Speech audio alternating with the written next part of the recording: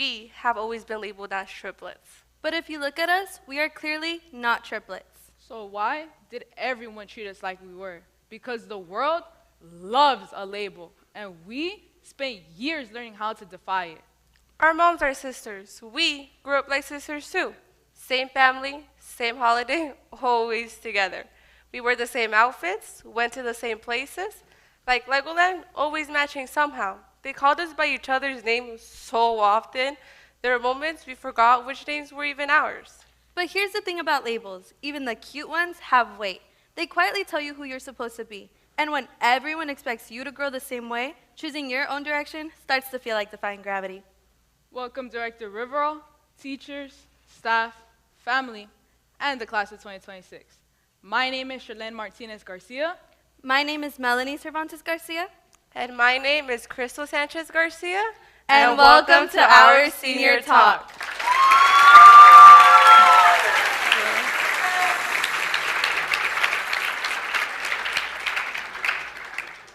If you ever watch We Bear Bears, you know the three bears, completely different, who choose to grow up together. That's us. Like Grizz, I am loud, outgoing, and always trying to bring everyone together. Like Panda, I feel everything deeply. I care about connection. I carry more than I show. And like Iceberg, I'm quiet, but I'm always watching. And when I speak, I mean it. We share the same blood, the same family, and so many of the same memories. What makes us special is that we are not the same. And for a long time, the world had trouble seeing that. As the oldest of the three, I had to be the strongest version of myself. Not because I chose it, but because it was placed onto me. My parents trusted me to handle things. If there was a question about going anywhere, if Cristal goes, you can go. I was the standard, the responsible one, the one who had to hold it together. So I did what I thought strength looked like.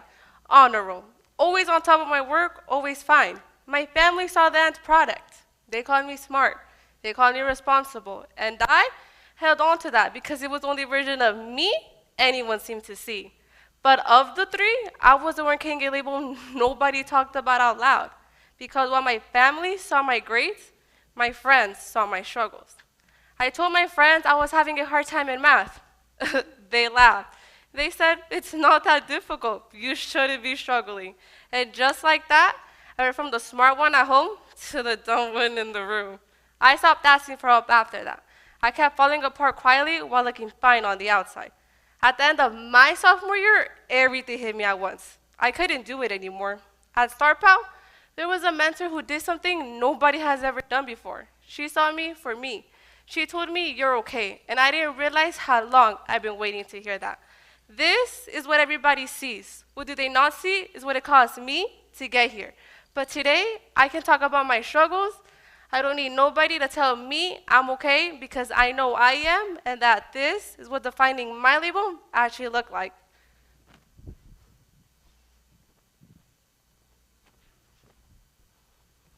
As the middle of the three, I had to be less of me. Growing up, I would start making myself smaller. I would hide my personality and try not to take up too much space because I was labeled as annoying, too much. And the more I started to hear it, the more I believed it. I believed people didn't want to be around someone who was a lot. So I toned myself down. I felt invisible, like I was there, but not really seen. But of the three, I was the one who found her voice in an unexpected place. This sweater is not just a sweater. It represents the first place I felt like I actually belonged, surrounded by people who were like me. Everything started to change my freshman year when I joined Star Pal. They gave me opportunities I never thought I would take, like Friday Night Live and the camps connected to it. At first, I was still quiet. I didn't say much, but I kept going. And the more I went, the more I started to open up. That is when I realized that being with people who understand me can make you feel different about your own voice. Being too much wasn't a weakness. It was just a part of who I was. As the youngest of the three, I was always the baby. And being the baby meant two things at the same time. I was too small to do certain things my cousins did, but I was always expected to keep up with everything they achieved. When Cristal made honor roll, they'd go ahead and ask me if I did too. When Melanie joined the program, they suggest I join too. My wins were never just mine. They were always measured against theirs. And here's the honest truth. I never resented being close with them. What I resented was not being seen as my own person. There is a difference. But of the three, I was the only one to step onto a soccer field. On that field, I had my own jersey, my own number, my own teammates who only knew me as Sherlyn. Not the youngest, not one of the three, just me. For the first time, I could go at my own pace, achieve my own goals without sharing them. And now, I'm taking that step again. I'm leaving home and stepping into the unknown. I'm pursuing construction engineering not just as a major, but as a purpose. I'm no longer just one of the triplets. I'm defining who I am. I'm not following a path anymore. I'm building one. Because we were so close in age, our family expected us to hit every milestone together. Like a domino effect. One goes, the rest follow. Same path. Different walk. My walk is learning that being strong enough to ask for help is not a weakness, it's growth. My walk is learning that a room full of the right people can change what you believe about your own voice. My walk is learning that blazing your own trail does not mean leaving your family behind. It means honoring where you came from while still becoming the person you were always meant to be.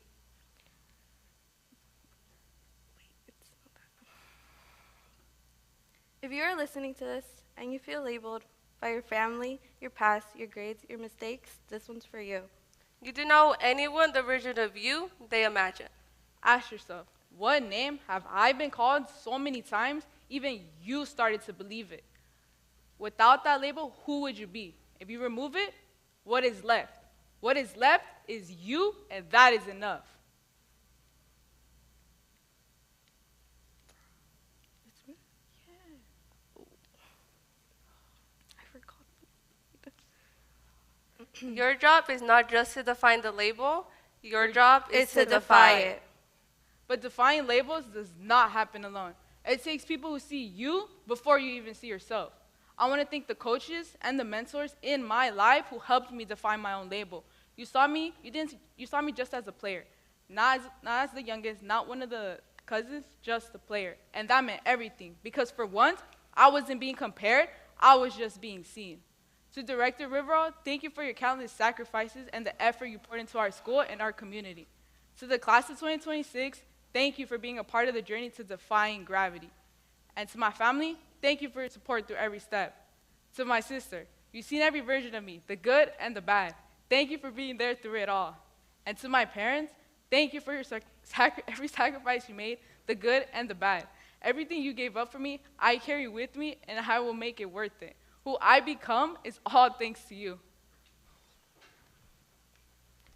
To Director Riverall, thank you for pushing us towards improvement to become the best versions of ourselves. To the class of 2026, thank you for all the memories and the time we spent together. To my mom, thank you for being there for everything, always being my #1 supporter. I love you so much, and I'm so grateful to have you in my life. To my sister Susie, thank you for being there through it all. I'm so glad I never had to figure out life without you by my side. You've been my safe place, my role model, and my biggest inspiration. Watching you lead with kindness and always knowing what to say has pushed me to be better every single day. To Star Pal, thank you for guiding me through the years and for supporting me and for giving me more than I could ever repay. And to Friday Night Live, thank you for creating a space where I could finally find my voice. You didn't just give me a sweater, you gave me myself. To Director, thank you for leading the school and helping us grow in who we are today. To the class of 2026, thank you for your memories and for being part of our journey. To our teachers and staff, thank you for your patience, your support, and for always believing in us. To my parents, thank you for all the things you sacrificed out of love and being there every step of the way. I couldn't have asked for better parents. To my brothers, you have always had my back without me ever having to ask. Being your little sister is something I'll always be proud of. I love you both more than words can say. And to Star Pow, for giving me more than just a program, but a second family. Labels try to define us. Gravity tries to hold us down. But rising is a choice. We were labeled as one. But each of the three of us chose to walk our own way. Same path. Different walk. Same roots, Different story. So whatever label the world gives you, Defy it. And this concludes our senior talk. Thank you.